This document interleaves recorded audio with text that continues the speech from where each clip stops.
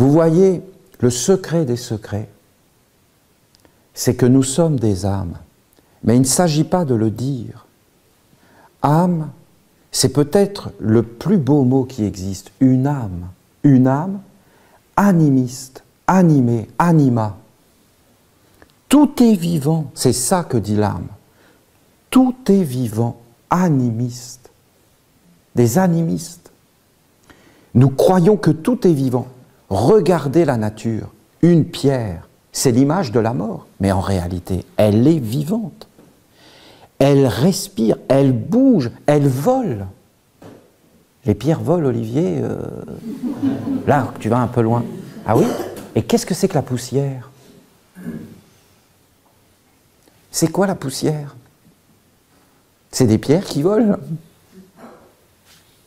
Des bouts de pierres qui se sont détachées, qui sont devenues légères pour aller conquérir les mondes plus hauts.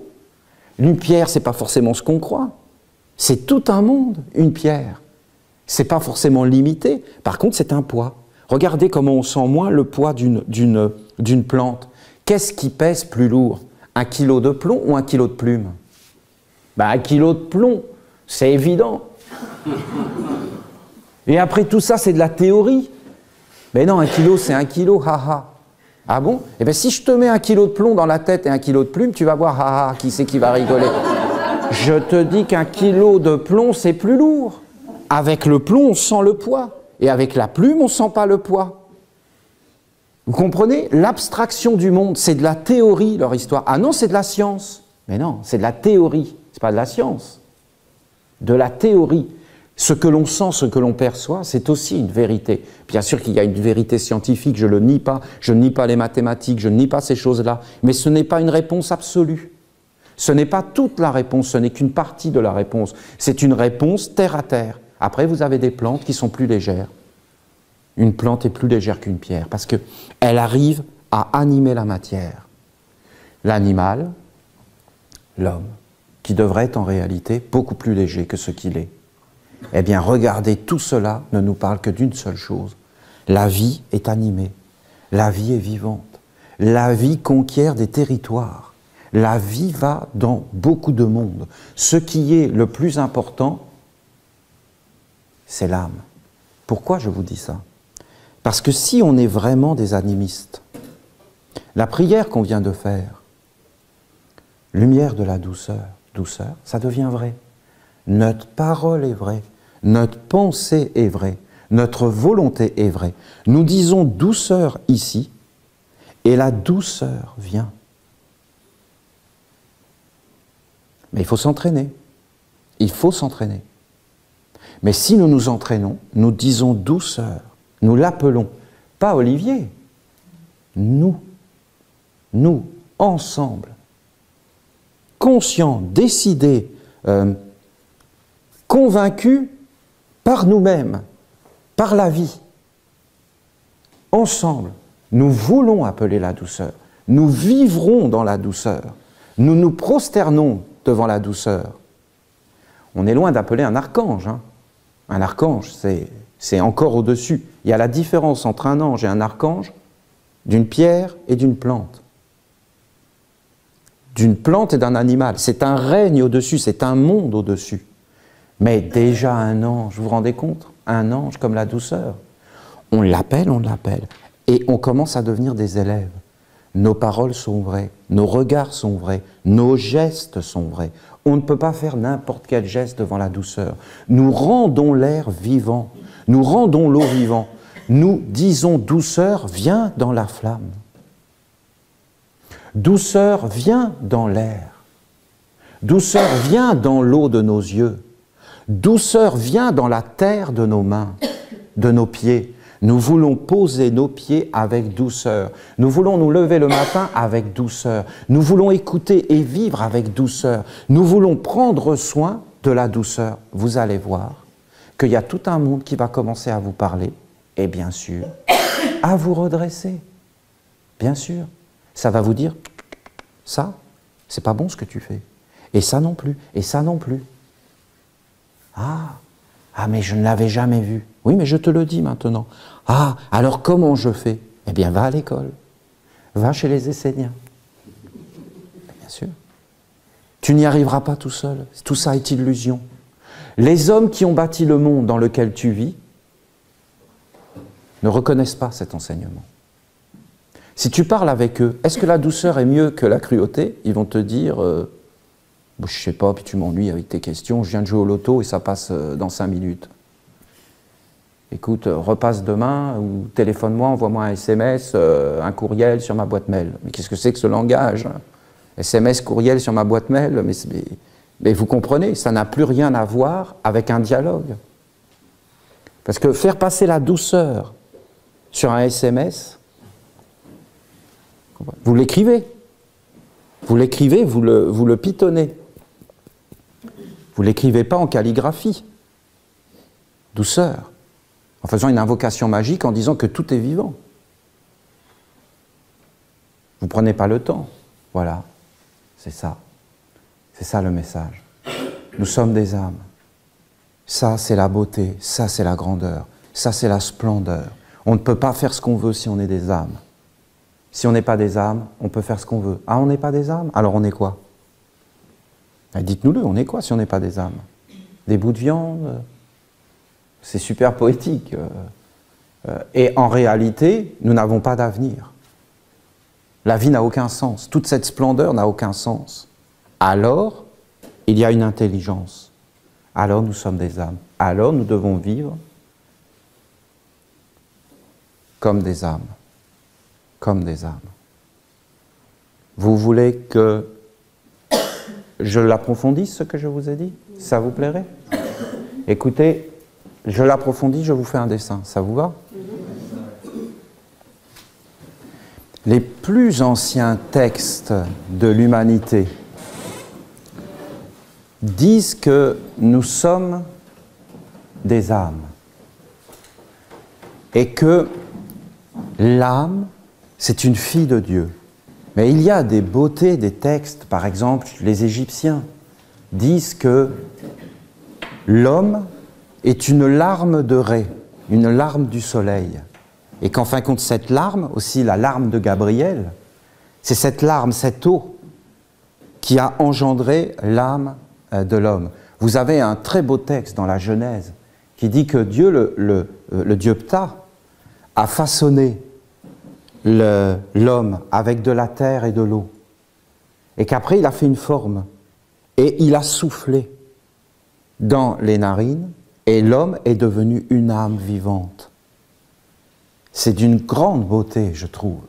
Vous avez les textes d'Enoch, qui sont les premiers textes réels de l'humanité, où Enoch dit que l'âme est immortelle, l'âme est éternelle, l'âme vit avant l'homme.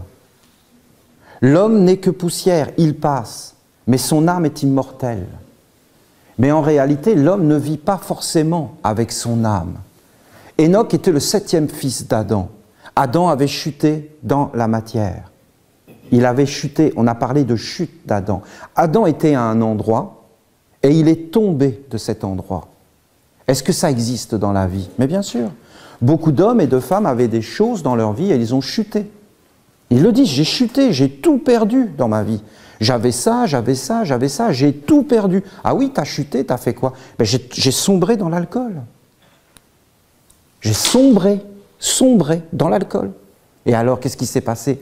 Mais j'ai complètement déraillé, j'ai tout perdu. Hier, Claire racontait une histoire d'un homme qui a complètement déraillé dans l'avion. Parce que tout simplement, il était habitué en tant qu'homme d'affaires à être pris en considération. Il avait une place dans l'avion qu'il prenait toujours, c'était une place, donc il s'est senti exister, vous comprenez? Et on ne lui a pas donné sa place, il a complètement déraillé. Il a perdu son emploi, il a failli se retrouver en prison, juste pour une place d'avion. Il a chuté de la position où il était. Bon, heureusement, l'avion était au sol, hein, parce que quand on chute d'un avion, ça peut être dangereux. Non, c'était au sol. Mais, vous comprenez, on parle bien d'une chute. La chute d'Adam, c'est ça. Adam a chuté. Et après Adam est venu Enoch. Mais Enoch, c'était le 7e fils d'Adam. Mais Enoch, en fin de compte, lui, il a honoré son père par la prière. Mais qu'est-ce qu'il a fait, Enoch? Il a dressé la pierre. Il a dressé la pierre et il a honoré son père. C'est-à-dire que Enoch, il s'est redressé. La pierre, c'est la finalité de la chute. C'est ce qui nous protège. On ne peut plus descendre plus bas. Enoch a redressé la pierre et il a commencé à prier son père. Il a prié l'âme. Et son père lui a dit, voilà, l'âme est immortelle, l'âme est éternelle. L'âme, c'est tout. Mais l'homme est descendu. Il a perdu son âme. Et en fin de compte, sans arrêt, il cherche à la retrouver. C'est le but. C'est de vivre avec son âme. Qu'est-ce que c'est l'âme? Mais l'âme, c'est ce qui est vrai en nous. C'est ce qui ne meurt pas. C'est ce qui ne naît pas. C'est ce qui est au-delà de tout. C'est ce qui n'est pas dans le corps, mais pourtant est dans le corps. C'est ce qui anime le corps, mais qui n'est pas le corps. C'est une partie de l'âme qui est là, mais ce n'est pas toute l'âme. Il y a quelque chose de faux qui se greffe, qui vient de l'extérieur. Nous serions des Égyptiens, nous porterions des noms égyptiens. Nous vénérierions des Égyptiens, des dieux égyptiens. Aujourd'hui, nous sommes des Québécois, nous vénérons des dieux québécois. Regardez-moi, j'ai appelé l'érable. Regardez toutes ces choses, parce que nous vivons avec notre époque. Mais en réalité, derrière tout cela, c'est des âmes. Le nom que l'on porte n'est pas forcément notre vrai nom. C'est un nom comme cela, un nom mortel. Le nom de notre âme, c'est le nom plus grand. L'âme vit plus grand. La vie que nous vivons n'est pas forcément la vie de notre âme. Notre âme vit dans plusieurs vies, puisqu'elle se réincarne. Est-ce que l'âme s'incarne? Non, pas réellement. Elle anime plusieurs corps pour faire une expérience, pour en fin de compte relever quelque chose qui est chuté, une partie d'elle, aller chercher une partie d'elle. On a été fragmenté, notre âme a été divisée. Au début, c'était la grande âme, la Mahatma, la grande âme de l'Inde. On appelle ça la Mahatma. L'âme universelle, la mère. La mère. La mère et le père. C'est tout. Nous ne pouvons pas exister sans mère et sans père. Si nous ne savons pas qui est notre mère et notre père, c'est fini. Le père, c'est l'esprit. La mère, c'est l'âme. Le père, c'est la flamme. La mère, c'est la lumière. Ils sont un. La mère, c'est la terre. Le père, c'est la graine. La graine contient tout le possible. La mère contient tout le possible. L'âme, c'est la terre. Le feu à l'intérieur, c'est le père. Le père, la mère, sans arrêt. C'est l'âme et l'esprit. Le corps, c'est l'âme. Les yeux, c'est l'âme. Les oreilles, c'est l'âme. La parole, c'est l'âme. Oui, si on est plus haut. Mais si on est en bas dans la chute, ce n'est pas l'âme. La ronde des archanges, c'est une science de la libération de l'âme. Le baptême de Gabriel, c'est la libération de l'âme. Ce que nous a enseigné le Père Michael, là, avec son chandelier à 7 branches, et il a dit la lumière de l'usurpateur, ou alors la lumière de Michael, au-dessus de ta flamme, ou de tes 7 flammes, ou de tes 7 âmes, alors c'est la victoire du Père ou du Fils déchu. Parce que nous sommes animés, et qu'en réalité nous sommes vivants, et que tout va vers cela. Nous sommes une terre fécondée, et tout nous féconde. Soit on est fécondé de l'extérieur, c'est un masque. Voilà, tu t'appelles comme cela, tu es une fille ou un garçon, tu es de tel pays, tu as tel travail, tu fais telle chose dans la vie, tu as fait cela. Soit tu es fécondé de l'intérieur par ton âme. C'est le chemin intérieur, c'est l'être éternel en toi, c'est la concentration, c'est la méditation, c'est ce qui est derrière le masque. C'est ce qui est le caché, c'est derrière. Soit tu vois dans la terre, la terre, soit tu vois l'âme, partout.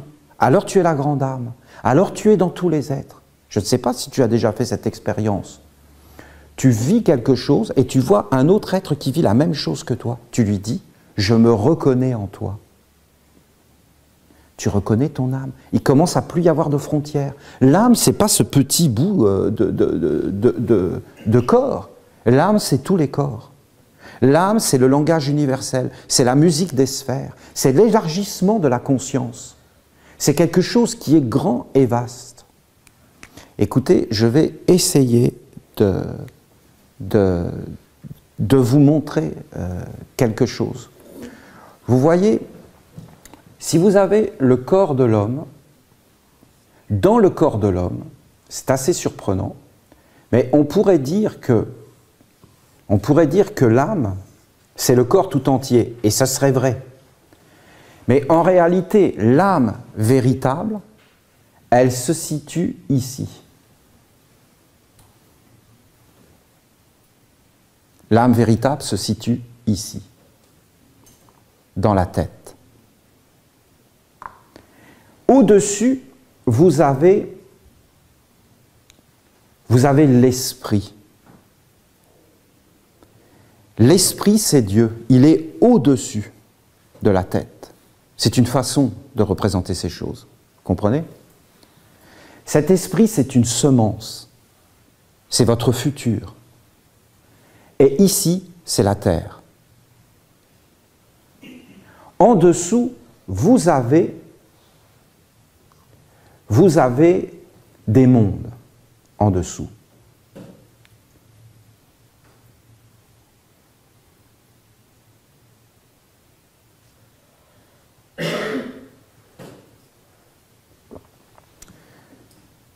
C'est ça l'homme. Là, c'est la lune, c'est le côté argenté. Là, c'est le Vénus, c'est le côté des sentiments, des rêves, des émotions, des sens. Là, c'est Mercure. Vous voyez, c'est ce qu'on appelle en Inde les chakras, les centres de force, les centres de conscience. Là, c'est Mercure, c'est-à-dire la pensée. Au-dessus, vous avez le soleil. Le soleil, c'est déjà vous entrer dans la communauté, dans une conscience communautaire du monde. Dans une communauté, vous faites partie d'un tout. Vous êtes un être au milieu d'une multitude d'êtres. Et vous ne pouvez pas vivre sans ces êtres. Ici, vous maîtrisez ce centre par le calme. Un calme absolu. Ici, vous maîtrisez ce centre, quand il commence à s'ouvrir, vous sentez le bonheur à l'intérieur, sans raison. Vous voyez, vous vous levez le matin, vous êtes heureux, vous ne savez pas pourquoi. C'est ce centre qui s'éveille. Vous sentez une harmonie, vous sentez une beauté, vous sentez quelque chose, vous sentez des forces autour de vous positives. Vous êtes en harmonie. Là, vous avez une clarté, vous comprenez des choses, vous êtes clair, très clair. Là, vous sentez la communauté. Vous vivez dans une communauté, l'importance de la famille, l'importance de l'amitié, mais aussi l'importance de la solidarité. Vous pouvez même être solidaire avec les arbres, avec les animaux. Vous avez une sensibilité beaucoup plus grande et vous vous sentez apparaître comme un être unique. D'ailleurs, regardez le symbole du soleil, c'est très clair, vous voyez. Toi, le monde. Tu fais partie du monde. Tu es avec le monde. Le monde, c'est toi, toi, toi, toi, toi, toi, toi, toi, toi, toi, toi, toi, toi, toi, toi, toi, toi. Et toi avec tout. Ici, c'est le sommet en réalité de l'homme. C'est la créativité. Vous voyez? Alors on a dit l'homme, c'est ça. L'homme, c'est le pentagramme. C'est le secret des secrets. On a mis dans ce pentagramme le nom de Jésus. Les francs-maçons ont mis l'étoile flamboyante avec le G à l'intérieur. Les Rose-Croix ont dit que c'était la résurrection de l'âme. Ils avaient raison. Parce qu'en réalité, vous voyez, c'est l'homme. L'homme.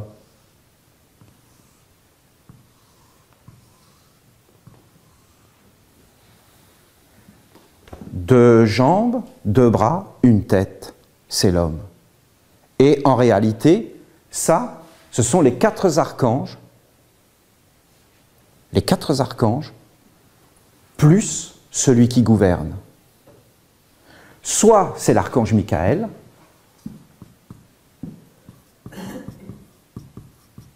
soit c'est l'usurpateur.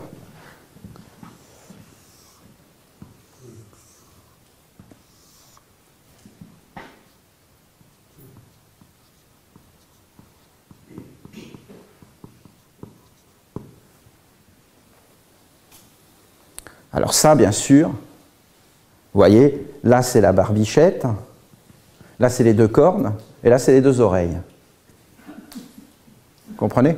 Et c'est symbole du diable, du bouc, de celui qui n'a pas d'âme, de celui qui a abdiqué son âme. Ce n'est qu'une méditation que je vous propose, c'est l'usurpateur. Là, vous avez la lumière de celui qui offre sa vie aux 4 archanges, qui les fait descendre, qui a tout ce chemin, qui allume les 7 flammes que je viens de vous montrer ici encore de nouveau, vous voyez? Parce qu'en réalité, en bas, vous avez bien sûr le chandelier. C'est le côté de la terre, c'est le corps physique. Et après, vous avez première flamme, deuxième flamme, troisième flamme, quatrième flamme, cinquième flamme, sixième flamme, septième flamme. Et après, au-dessus, vous avez Michael ou l'usurpateur. Réellement, à l'intérieur de votre corps. L'usurpateur, on le connaît son langage, je peux vous le dire. Tu es un homme, une femme. Tu es un homme, une femme. Mais non, une âme n'a pas de sexe. Ensuite, tu as tel âge. Mais non, une âme n'a pas d'âge. Ensuite, tu as tel diplôme. Tu t'appelles ainsi, tu es destiné à faire ça. Fais-le. Et il y a toute une organisation, et lui, il t'attrape. Il attrape quoi? Ben, ton âme. Et il la met à quoi? À son service. C'est un voleur d'âme. Rappelez-vous, le pacte avec le diable, qu'est-ce qu'il veut, le diable? Il veut l'âme. Je te donne tout ce que tu veux, donne-moi ton âme. Ce qui est important, c'est l'âme. Dis que l'âme n'a pas d'importance, et je suis ton père. Dis que l'âme est plus importante, et je ne suis pas ton père. Ton père, c'est pas Michael. Parce que Michael, c'est un serviteur du Père. C'est un monde, Michael. C'est un archange. Au-dessus des archanges, il y a les dieux. Et après, il y a le Père de tous les pères. Et tous ces êtres sont ses serviteurs. Et voilà qu'il y avait cette lumière autour du trône. Et voilà que je vis un homme tout habillé de blanc. Il portait 7 étoiles dans sa main et il avait 7 candélabres à ses pieds. Et voilà que je vis 7 anges qui étaient les 7 anges des 7 églises.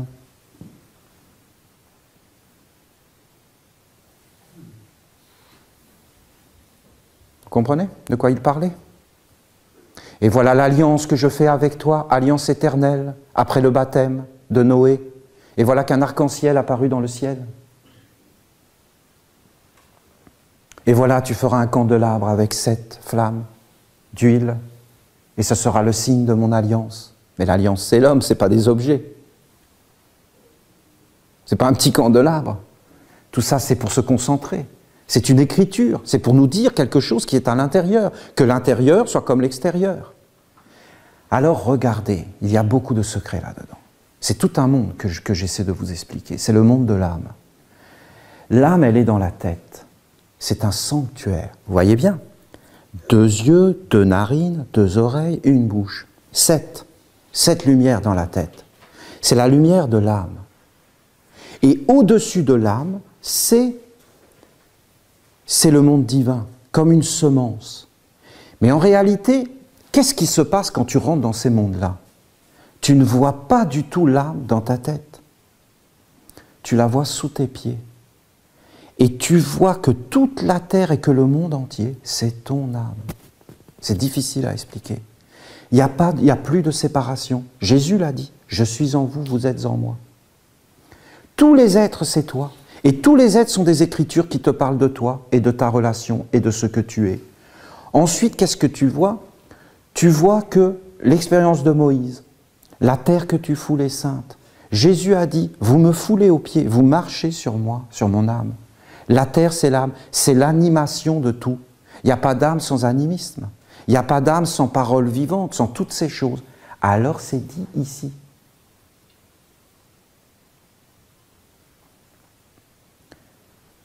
Vous voulez que je vous le répète?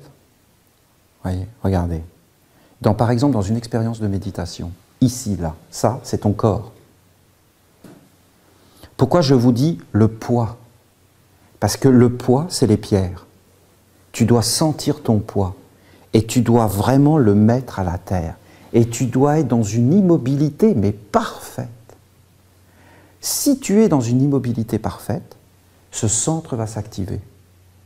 Qu'est-ce que tu vas sentir si ce centre s'active? Tu vas sentir que tu n'as plus de corps. Bien sûr que tu en as toujours un, mais il est tellement immobile qu'il va disparaître. Parce que si tu donnes à ton corps l'immobilité parfaite, il va disparaître, c'est ce qu'il veut, le corps. Le corps cherche à disparaître, mais il est enchaîné par cet être-là qui sans arrêt le fait apparaître.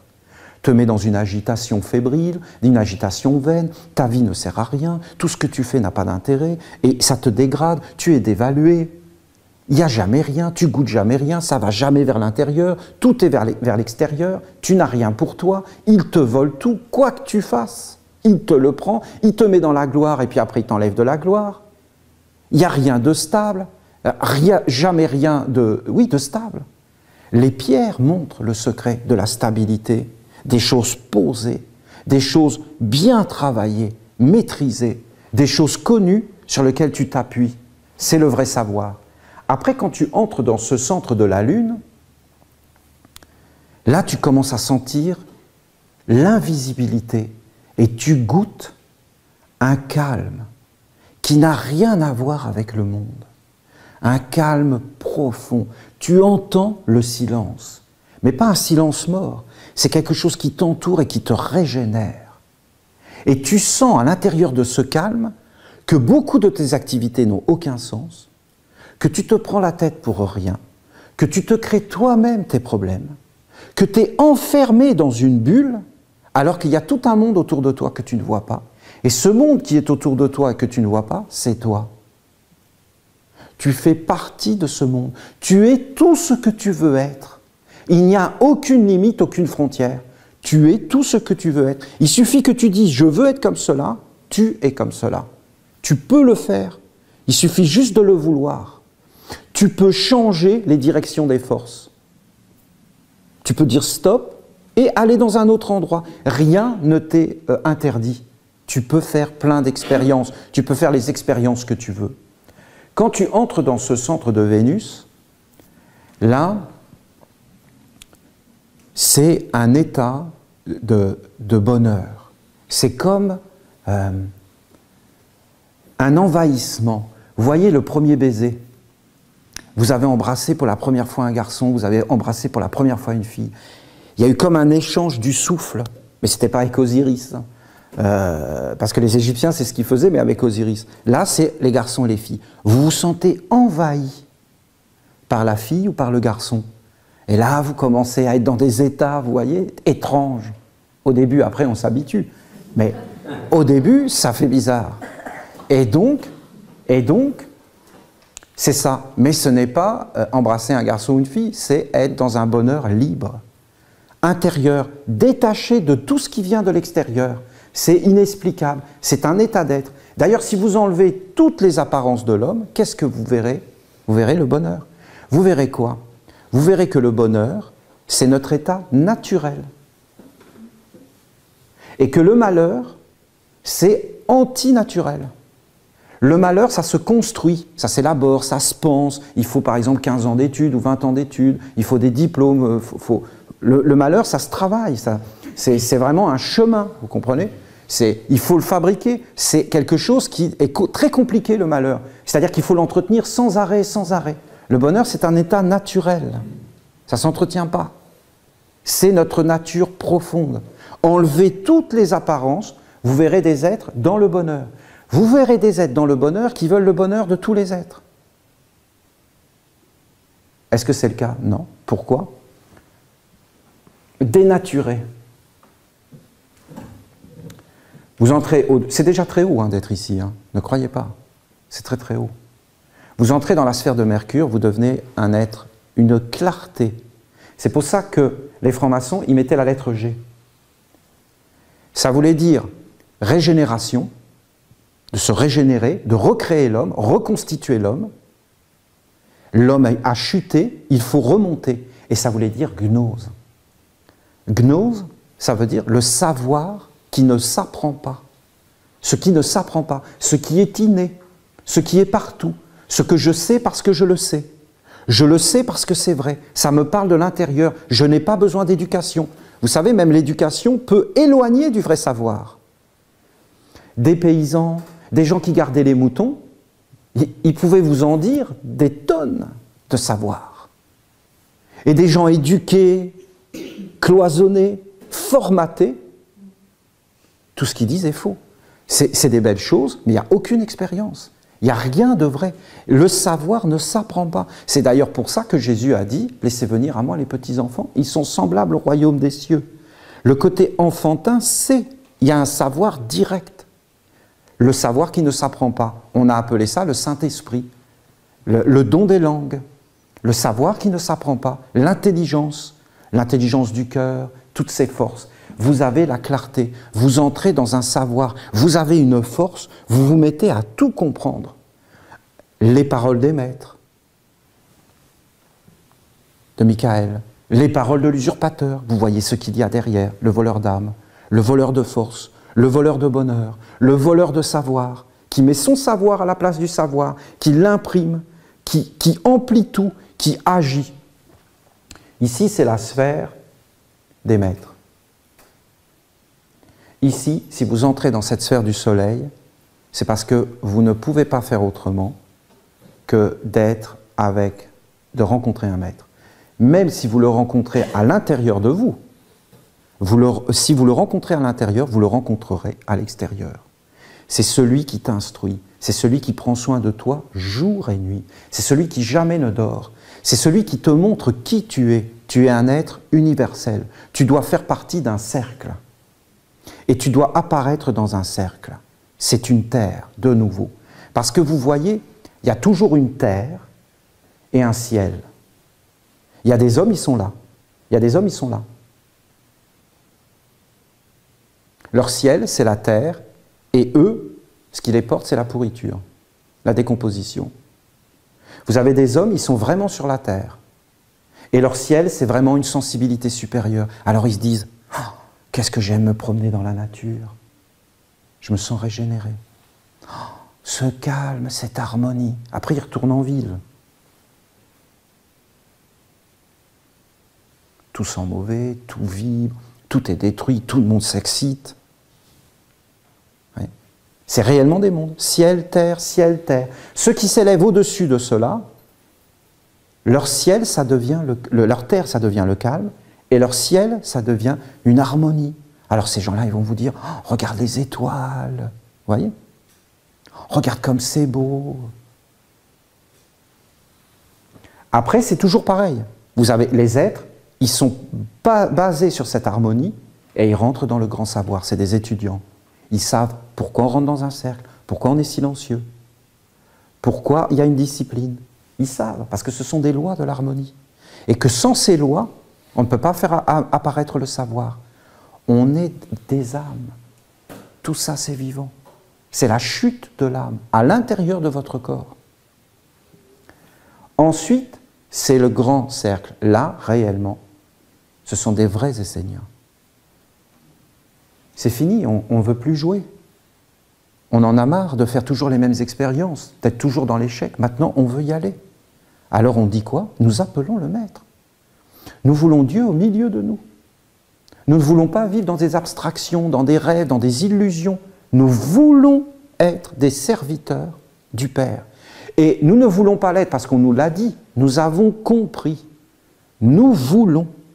Et nous nous assemblons en cercle. Et bien sûr qu'on prend soin les uns des autres. Parce que vous voyez, on voyage dans ces mondes. On doit s'entraider, se soutenir. Dans ce cercle, on veut faire apparaître le Père au milieu. On veut qu'il se fasse chair, que le Verbe se fasse chair et habite au milieu de nous. Et on est engagé là-dedans. La douceur, ce sera la douceur dans le cercle. Et nous travaillerons pour la douceur, nous mettrons la discipline, nous ferons régner l'amour, nous sommes actifs. Alors on rentre dans la sphère de Mars, qui se trouve dans la gorge. Et vous êtes au sommet du pentagramme de la lumière. Activité. Vous êtes des créateurs et là, vous voyez le secret. Le secret des secrets, c'est ce que vous faites de votre vie. Non pas dans des rêves, dans les actes concrets quotidiens. L'environnement de votre vie, ce qui anime votre vie, l'intelligence de votre vie, le cercle auquel vous participez. Et là, vous voyez que tout ça, c'est vivant. Les Jeux Olympiques, c'est vivant. Il y a des êtres derrière. Les États y participent, on en débat, tous les intellectuels en parlent. On est prêt à faire la guerre pour ça. Juste pour les Jeux Olympiques. Oh, vous vous rendez compte, c'est une honte, ils tuent des gens. Mais oui, mais comme tout le monde. Comme tout le monde. Hein? Qu'est-ce qu'on fait en Afghanistan? On tue des gens qui n'ont rien demandé pour leur prendre leur pétrole et leur terre. C'est tout. C'est pareil, hein, on regarde chez l'autre ce qu'on ne voit pas chez soi. Mais comme tout le monde, comme tout le monde. Tout ça n'est qu'une mascarade. C'est pour nous dégrader en réalité. On participe à ça, mais non, j'y participe pas. Mais si, c'est comme dans le film Gladiateur, tu y participes. Mais vas-y, tue-le, tu es dans le spectacle. Et en fin de compte, quand tu le dis, c'est pris. Et ça agit. Parce que tu es créateur. Mais non, c'est pas à ce point-là. Ben, on est une âme. Et c'est à ce point-là, on est des créateurs sans arrêt dans cet océan de l'âme. C'est ça que ça nous dit. C'est ça qu'il faut maîtriser. Bien sûr qu'il y a un sacré travail. C'est ton activité. C'est ce qu'on enseignait avant. Pourquoi ? Parce qu'en réalité, quand tu es dans le coup, tu es dans la sphère d'entrée dans le monde divin qui est la tête. Et c'est ton futur corps. Quand tu regardes la tête, tu vois le futur. Et quand tu regardes le corps, tu vois le passé. Le corps physique, c'est ce qu'on avait, le corps d'avant. Et la tête, c'est le corps qu'on prépare pour le futur. Par exemple, moi, vous verrez, j'aurai un corps poilu, style orang-outan, sûrement grand singe. Et donc, vous comprenez, on prépare son corps du futur dans la tête. Dans la tête. La tête, c'est le soleil qui sort de la terre.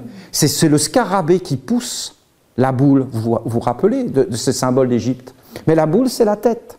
Et qu'est-ce qu'il y a dans la tête? La semence du futur. C'est-à-dire ton prochain corps. Ça, il le vole. L'archange Michael, qu'est-ce qu'il nous a dit dans son message? Le corps de l'éternité. D'entrer dans ce qui vit éternellement, c'est ton âme. Ton âme est dans la tête, mais qu'est-ce qui ouvre la porte? Ton activité physique. Pourquoi les anciens mystères, comme les francs-maçons, les Rose-Croix en Europe, pourquoi ils ont construit des cathédrales? Parce qu'ils voulaient faire une œuvre pour un monde supérieur. Ils ne mettaient pas leur nom. Ils n'apparaissaient pas. Ils voulaient faire une œuvre pour un monde supérieur, qui montre à tous qu'il y a un monde supérieur. Alors ils sont devenus des bâtisseurs. Alors ils ont étudié les lois, la géométrie, les mathématiques, la construction et toutes ces choses. Et en réalité, ils ont caché dans ces phénomènes extérieurs la construction intérieure de l'homme. Les lois, les secrets, à l'intérieur, fais une œuvre. Associe-toi avec la douceur, ange de la douceur. Là. Associe-toi, que ton corps tout entier devienne la douceur, comme une âme. Et en réalité, tu deviendras cet ange. C'est ton futur. Tu te crées ton futur. Tu crées tous tes corps dans la douceur. Ne le fais pas et vis complètement inconsciemment. Tu vas dégénérer. Et quand tu te réincarneras, tu n'auras de moins en moins d'âme. C'est ce qu'on est en train de voir aujourd'hui. Je suis désolé de vous le dire, mais regardez avec vos propres yeux, depuis la civilisation égyptienne, on a chuté. Non, on a augmenté, maintenant on se déplace avec des avions et des choses comme ça, mais au niveau de l'âme, on est en chute libre. C'est une chute. Ça dégénère. On est en train de perdre notre âme. On est en train d'entrer dans une sphère de mécanisation. C'est ton activité, c'est toi tout entier, c'est Mars. Et d'ailleurs, Mars est représenté par le pentagramme, l'étoile à 5 branches. Quand vous arrivez ici, là, vous rencontrez votre âme. Ça s'ouvre. Alors ils ont dit c'est l'œil de Dieu. Tu sais réellement qui tu es et tu sais que tu es une âme. Alors toute cette sphère-là devient dans la maîtrise et pour, en fin de compte, la gloire de ton âme. Tu veux savoir, aujourd'hui, c'est quoi l'âme? Il y a tellement une science à dire, parce que ici, c'est une plaque qu'on a appelée la plaque d'Auriel. C'est de l'argent, ici.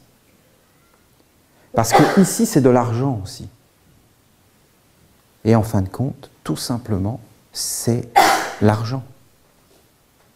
L'argent, c'est quoi? C'est la terre sous nos pieds. D'ailleurs, on dit, tu as du blé, de l'oseille. Hein? De l'oseille. Ben, je suis désolé, tout ça, c'est des fruits qui viennent de la terre. Parce qu'on sait très bien que l'argent, la richesse, c'est son âme. Ici, c'est l'argent. Ici, c'est le cuivre. Vénus, c'est le cuivre. Mercure, c'est le mercure, le vif argent. Le soleil, c'est l'or. Mars, c'est le fer. Et Jupiter, ici, là, c'est l'étain. Ce qui dit d'ailleurs ce que ça veut dire, étain. Et ici, c'est Saturne, c'est le plomb. Or, le plomb, qu'est-ce que c'est? C'est le déchet. Parce que vous prenez du plomb et vous le faites chauffer. Il se liquidifie, il devient liquide très vite et il devient une belle couleur. Mais si vous l'enlevez, il se ternit. Et après, vous le faites chauffer et après, il disparaît, il n'y a plus que des déchets. Le plomb, ce n'est que des déchets. C'est pourquoi les alchimistes disaient de transformer le plomb en or. Et l'étain en argent. C'est l'âme et l'esprit. Alors, c'est tout le corps qui est placé dans la résurrection de ce chemin. C'est de voir toutes les imperfections et de les enlever de ta vie pour te structurer, pour que ta vie soit avec ton âme, de faire vivre ton âme. Vous avez ici les 4 sceaux des archanges qui doivent être placés. Le premier sceau, c'est l'argent. L'argent, c'est l'activité. L'argent, c'est l'âme. C'est ce que tu fais de ta vie. Aujourd'hui, les hommes ont donné leur vie pour l'argent. Mais l'argent, c'est leur âme. Celui qui a une âme a tout l'argent du monde. Il est riche de lui. Et en fin de compte, le monde lui obéit. C'est un peu difficile à expliquer. Écoutez, je vous ai donné des bases. Des bases. Pour ne pas en réalité entrer dans l'esclavage, mais dans la liberté de tout un monde, autour et à l'intérieur. Car tous les êtres sont des serviteurs du Père. Et si tu vas vers le Père, il ne pourra rien t'arriver, car toutes les créatures du monde s'inclinent devant le Père.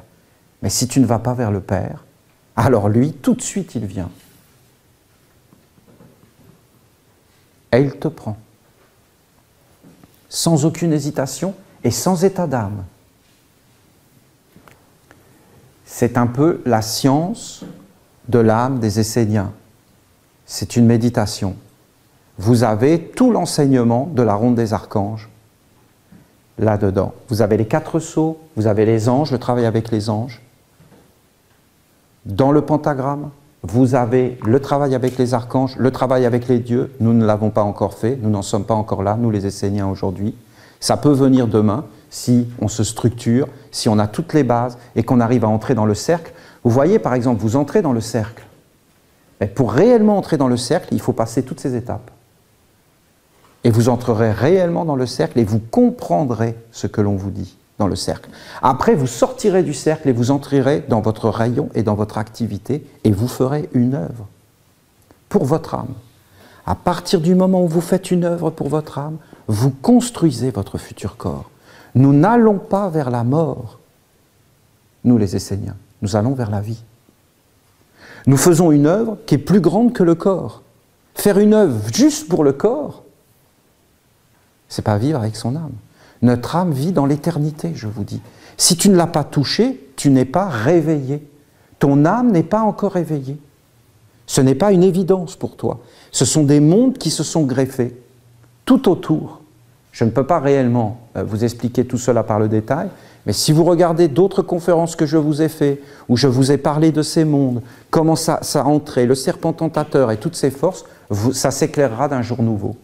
Je suis en train de vous donner un enseignement global et complexe sur l'âme. Mais en réalité, vous verrez qu'il y a toute une intelligence derrière tout cela, mais ça s'étudie. Ça vous plaît? Vous avez une petite question ou deux petites questions? Oui.